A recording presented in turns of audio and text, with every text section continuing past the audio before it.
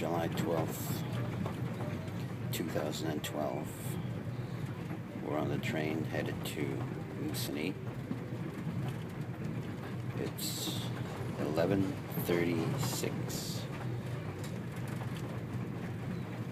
And exactly 1 year ago, this little guy was born. Well, he was born at 11:38. But he's 1 year old today. It's David James Derek McLeod. He was born in Timmins, Ontario, and he weighed 7 pounds 11 ounces when he was born.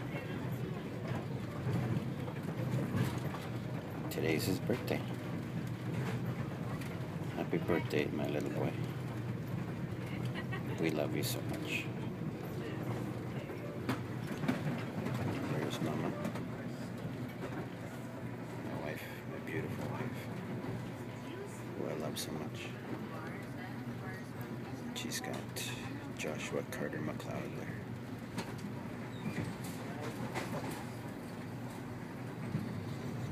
And so, we celebrate our little miracle.